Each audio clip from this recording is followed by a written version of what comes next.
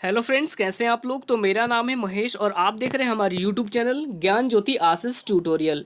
तो दोस्तों, आज हम करने वाले हैं Indian navy MR SSR double A के लिए यानी जीके की पार्ट 8। ठीक है, मैंने आपको पिछले वीडियो में पार्ट 7 कंप्लीट करा चुका हूं और ये है आज का जीके का पार्ट 8 सेशन। ठीक है, तो वीडियो को अंत तक बने रहिएगा और इस वीडियो की पूरी पीडीएफ फाइल हमारे इस वीडियो के डिस्क्रिप्शन बॉक्स में टेलीग्राम और इंस्टाग्राम का लिंक दे दिया गया है, वहां से जाके आप सारे वीडियो पीडीएफ फाइल को डाउनलोड कर सकते हैं। ठीक है, तो चलिए शुरू करते हैं। हमारे पास क्वेश्चन है 73 नंबर क्वेश्चन आपके स्क्रीन के ऊपर ये है कि 1857 के विद्रोह के समय भारत का गवर्नर कौन था। तो यहाँ पे आपको चार ऑप्शंस दिया गया है। ऑप्शन ए है लॉर्ड डलहौजी, ऑप्शन बी में है लॉर्ड बैटिक और ऑप्शन सी है लॉर्ड कैनिन, ऑप्शन डी है लॉर्ड लिंटन। तो इस क्वेश्चन का राइट आंसर हो जाएगा ऑप्शन नंबर सी यानी लॉर्ड कैनिन। ठीक है, अब यहाँ पे हम बात कर देते हैं लॉर्ड कैनिन के बारे में। तो हमारे पास नीचे में एक्सप्लेनेशन इनको डिटेल में दिया गया है इनके बारे में। तो यहाँ पे ध्यान से देखेंगे एक्सप्लेनेशन लॉर्ड कैनिन के बारे में। तो 1857 के विद्रोह के समय भारत का गवर्नर लॉर्ड कैनिन थे, जो भारत के प्रथम वायसराय थे और गवर्नर के रूप में उनका कार्यकाल 1856 से 1862 तक रहा। इस दौरान ही governor of India 1858 act pass हुआ, जिसके अनुसार governor of general of India को ही वायसराय घोषित किया गया है। और इनका जन्म 14 दिसंबर 1812 में ब्रैम्पटन कैसिंगटन में हुआ था, जबकि इनका मृत्यु 17 जून 1862 में लंदन यूनाइटेड किंगडम में हुआ था। तो ये अभी आपको इनके बारे में आपको याद रखना होगा। नेक्स्ट क्वेश्चन की ओर बढ़ते हैं। यहाँ पे क्वेश्चन नंबर आपके सामने 74 है। 74 क्वेश्चन नंबर ये है कि बड़ा इमाम बाड़ा कहाँ स्थित है।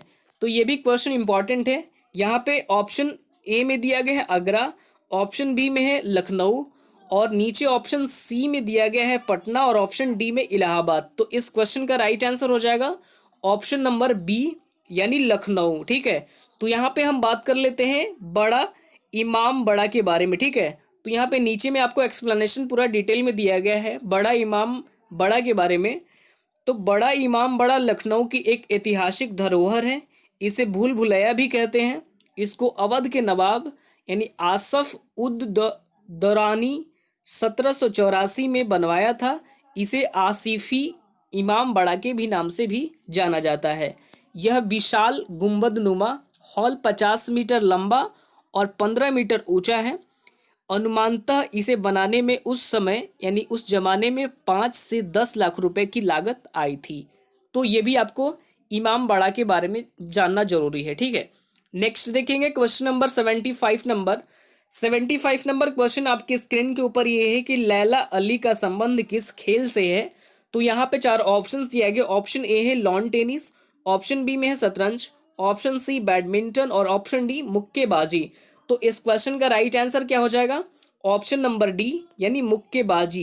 यानी लैला अली का संबंध किस खेल से है तो मुक्केबाजी से है। अब यहाँ पे हम बात कर लेते हैं लैला अली के बारे में। ठीक है, तो हमारे पास नीचे एक्सप्लेनेशन दिया गया है लैला अली के बारे में।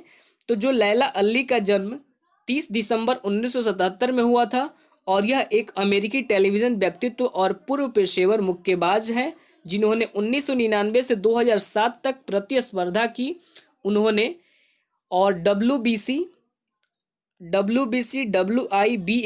IWBF और IBA महिला सुपर मिडिल वेट खिताब और IWBF हल्के हेवीवेट खिताब अपने नाम किया। तो ये भी आपको इनके बारे में याद रखना होगा। नेक्स्ट देख लेंगे 76 नंबर क्वेश्चन आपके स्क्रीन के ऊपर ये है। 76 नंबर ये है कि उस सागर का नाम बताएं जिसकी सीमा 3 महाद्वीपों को छूती है। तो ऑप्शन ए में है भूमध्य सागर, ऑप्शन बी कैरेबियन सागर, ऑप्शन सी लाल सागर और ऑप्शन डी कैस्पियर सागर। तो यहाँ पे इस क्वेश्चन का राइट आंसर हो जाएगा ऑप्शन नंबर ए यानी भूमध्य सागर।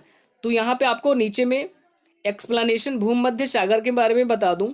जो भूमध्य सागर जो पृथ्वी का एक सागर है, जो उत्तरी अफ्रीका, यूरोप, अनातोलिया तथा मध्य पूर्व के बीच स्थित है।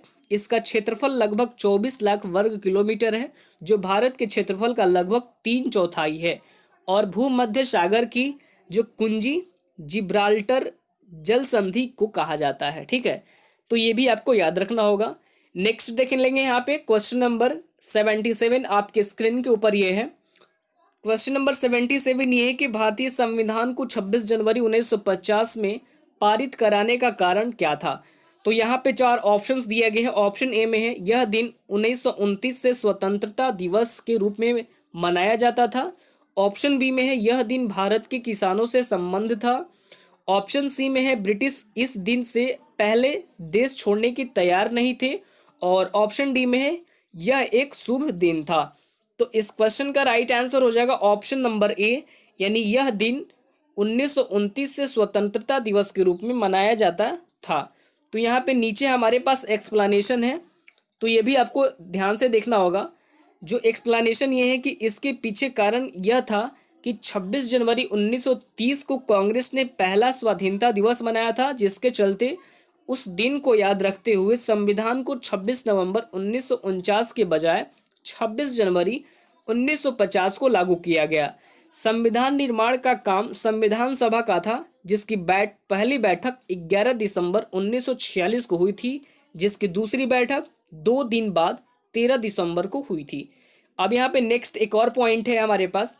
एक और पॉइंट में ये बताया गया है कि करीब 18 वर्ष तक 26 जनवरी को पूर्ण स्वराज दिवस स्वतंत्रता दिवस मनाया जाता रहा। शहीद स्मृति समारोह समिति के महामंत्री उदय खत्री बताते हैं कि दिसंबर 1929 को भारतीय राष्ट्रीय कांग्रेस का लाहौर में अधिवेशन हुआ था। इस अधिवेशन की अध्यक्षता देश के पहले प्रधानमंत्री पंडित जवाहरलाल नेहरू ने की थी। तो ये भी आपको ये पॉइंट आपको याद रखना होगा। नेक्स्ट करते हैं क्वेश्चन नंबर आपके स्क्रीन के ऊपर है 78 नंबर क्वेश्चन। क्वेश्चन नंबर 70 ये है कि किस देशांतर में यानी किस देशांतर से भारत के मानक समय का निर्धारण होता है। तो यहाँ पे चार ऑप्शंस दिया गया है। ऑप्शन ए में है 18 यानी 82 डिग्री पूर्व। ऑप्शन 2 में है 82 डिग्री यानी साढ़े 82 डिग्री कह सकते हैं पश्चिमी। और ऑप्शन सी में है 87.5 डिग्री पूर्व। ऑप्शन डी में है 87.5 डिग्री पश्चिम। तो इस क्वेश्चन का राइट आंसर हो जाएगा ऑप्शन नंबर ए, यानी 82.5 डिग्री पूर्व। ठीक है, तो यहाँ पे देख लेते हैं, नीचे में आपको डिटेलिंग में दिया गया है। एक्सप्लेनेशन में ये है कि भारत की औसत देशांतर रेखा 82.5 डिग्री पूर्व है, जो नैनी इलाहाबाद के निकट से होकर गुजरती हैं। इस प्रकार भारत का स्थानीय समय जीएमटी से प्लस 500 यानी 5.5 घंटा आगे है, और इसे ही भारतीय मानक समय कहा जाता है। न्यूयॉर्क की घड़ियां जीएमटी से 5 घंटे पीछे है, क्योंकि वह ग्रीनविच के पश्चिमी में स्थित है। तो ये भी आपको याद रखना होगा। नेक्स्ट देखेंगे 79 नंबर क्वेश्चन। क्वेश्चन नंबर 79 आपके स्क्रीन के ऊपर ये है कि गुलाबी क्रांति का संबंध किसके उत्पादन से है। एक चीज और बता दूं कि जो भी हमारे पास इस क्वेश्चन में अगर ब्लू कलर में कोई भी लिखा हुआ वर्ड है, अगर उसके बारे में कुछ भी अगर आपको जानना जरूरी है, तो जैसे ही उस पर अगर आप क्लिक करते हैं तो आपके सामने ये गुलाबी क्रांति के बारे में पूरा डिटेलिंग पता चल जाएगा। ठीक है, तो ये सारे आपको ध्यान देना होगा। तो गुलाबी क्रांति का संबंध किससे यानी किसके उत्पादन से है। तो यहाँ पे चार ऑप्शंस दिया गया। ऑप्शन ए में है तसर सिल्क, ऑप्शन बी रंग, ऑप्शन सी झींगा और ऑप्शन डी दूध उत्पादन। तो इस क्वेश्चन का राइट आंसर क्या हो जाएगा। तो इस क्वेश्चन का right answer option number C हो जाएगा। सी मतलब झींगा। ठीक है, इस क्वेश्चन का राइट आंसर सी हो जाएगा झींगा। नेक्स्ट क्वेश्चन की ओर बढ़ते हैं। यहाँ पे 80 नंबर क्वेश्चन। क्वेश्चन नंबर 80 आपके स्क्रीन के ऊपर ये है, और इस क्वेश्चन को भी ध्यान से देखेंगे। 80 नंबर क्वेश्चन ये है कि अंतरराष्ट्रीय विज्ञापन संघ द्वारा निम्नलिखित में से किस को मार्केट ऑफ द ईयर पुरस्कार से सम्मानित किया गया है। तो यहाँ पे आपको चार ऑप्शंस दिया गया है। ऑप्शन ए में है हिंदुस्तान अनलीवर, ऑप्शन बी में है एलआईसी और ऑप्शन बी में है नेस्टल और ऑप्शन सी है डी है अमूल। तो इस क्वेश्चन का राइट आंसर क्या हो जाएगा ऑप्शन नंबर डी यानी अमूल। ठीक है, तो यहाँ पे नीचे में हमारे पास एक्सप्लेनेशन कुछ दिया गया है, तो यहाँ पे भी पढ़ लेंगे।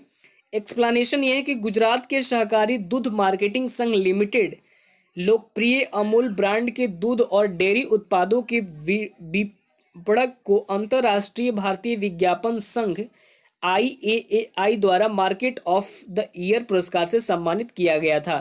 यह पुरस्कार 36 लाख दूध उत्पादकों की तरफ से GCMMF के प्रबंध निदेशक MD RS सोढ़ी द्वारा यानी प्राप्त किया गया था। अमूल 41,000 करोड़ रुपए का ब्रांड है और यह गुजरात के 36 लाख किसानों के स्वामित्व वाला सबसे बड़ा सहकारी ब्रांड भी है। तो ये भी आपको याद रखना होगा। नेक्स्ट क्वेश्चन जो बढ़ते हैं यहाँ पे, क्वेश्चन नंबर 81 नंबर क्वेश्चन आपके स्क्रीन के ऊपर ये है। 81 नंबर ये है कि भारत की पहली इन फोन टूरिज्म गाइड और mobile application go white that किस शहर में लॉन्च किया यानी हुआ है। तो यहाँ पे ऑप्शन ए है New Delhi, option B Pune, option C Chandigarh और ऑप्शन डी लखनऊ। तो इस क्वेश्चन का राइट आंसर हो जाएगा ऑप्शन नंबर सी यानी चंडीगढ़। ठीक है, तो यहाँ पे हम बात कर लेते हैं चंडीगढ़ जो ये ऐप है इसके बारे में जो डेवलप किया गया है। तो हमारे पास ये है कि 28 जुलाई 2018 को चंडीगढ़ में रॉक गार्डन में पेट्रोलियम और प्राकृतिक गैस मंत्री और कौशल विकास और उद्यमिता धर्मेंद्र प्रधान द्वारा भारत की पहली इन फोन पर्यटन मार्गदर्शिका और mobile application go what's that launch किया गया है। यह इस प्रकार का पहला ऐप है जहां पर्यटक कई भाषाओं में उस स्थान के इतिहास और विवरण डाउनलोड करने के लिए एक विरासत स्थल पर QR कोड स्कैन कर सकता है। और भारत के विभिन्न पर्यटन स्थलों पर 1100 टैग लगाए गए हैं जो प्रत्येक आर्टिफैक्ट पर सटीक जानकारी देंगे। ठीक है, तो ये भी आपको याद रखना होगा। नेक्स्ट देखेंगे क्वेश्चन नंबर 82 आपके स्क्रीन के ऊपर ये है और ये भी क्वेश्चन इंपॉर्टेंट है। 82 नंबर ये है कि प्रागैतिहासिक मानव का भोजन क्या था। जो पहले के आदमी थे उस समय का भोजन क्या था। तो यहाँ पे ऑप्शन ए में है जड़ और फल, ऑप्शन बी में है दूध और मक्खन, ऑप्शन सी गेहूं और चावल, ऑप्शन डी पका हुआ मांस। तो इस क्वेश्चन का राइट आंसर क्या हो जाएगा ऑप्शन नंबर ए यानी जड़ और फल। ठीक है, तो ये भी आपको याद रखना होगा। नेक्स्ट देखेंगे 83 नंबर क्वेश्चन नंबर 83 ये है कि वंशों का शुरू से बाद का सही क्रम क्या है। तो ये तो आपको याद रखना होगा, ये तो पहले की क्वेश्चन है। तो ये पहला ऑप्शन ये है खिलजी गुलाम तुगलक मुगल, ऑप्शन बी में है तुगलक गुलाम खिलजी मुगल और ऑप्शन सी है गुलाम खिलजी तुगलक मुगल, ऑप्शन डी है गुलाम खिलजी मुगल तुगलक। तो इस क्वेश्चन का राइट आंसर क्या हो जाएगा ऑप्शन नंबर सी यानी पहले गुलाम फिर खिलजी फिर तुगलक फिर मुगल। ठीक है, तो ये क्रम आपको याद रखना होगा। नेक्स्ट देख लेंगे 84 नंबर क्वेश्चन नंबर 84 ये कि भारत में सबसे लंबी नेशनल हाईवे जोड़ती है। तो ये क्वेश्चन भी इम्पॉर्टेंट है। तो यहाँ पे 4 ऑप्शंस दिया गया है नीचे में। 4 ऑप्शंस हमारे पास ये है कि मुंबई और कोलकाता को, ऑप्शन बी में है चेन्नई और कोलकाता को, ऑप्शन सी है वाराणसी से और कन्याकुमारी को और ऑप्शन डी है कोलकाता और दिल्ली को। तो इस क्वेश्चन का राइट आंसर हो जाएगा ऑप्शन नंबर सी यानी वाराणसी से कन्याकुमारी को। ठीक है, तो यहाँ पे देख लेते हैं इसके बारे में एक्सप्लेनेशन हमारे पास डिटेलिंग में दिया गया है कि 2369 किलोमीटर लंबा NH7 देश का सबसे बड़ा हाईवे है। यह 21 महत्वपूर्ण शहरों को जोड़ता है। इस हाईवे का निर्माण और रख रखाव केंद्रीय लोक सेवा विभाग यानी कि CPWD करता है। यह उत्तर प्रदेश में वाराणसी से शुरू होकर भारत के दक्षिणी छोर कन्याकुमारी तक जाता है। तो ये सारी चीज़ें आपको इसको याद रखना होगा। ठीक है, तो ये है हमारे पास इंपॉर्टेंट क्वेश्चंस जो आपके एग्जाम्स के लिए इंपॉर्टेंट है। अगर आपको ये वीडियो अच्छा लग रहा होगा तो वीडियो को लाइक करें, कमेंट करें और अपने स्टडी ग्रुप में शेयर भी करें। ठीक है, तो चलिए फिर मिलते हैं नेक्स्ट वीडियो में। तब तक के लिए bye bye, take care, all the best, thank you.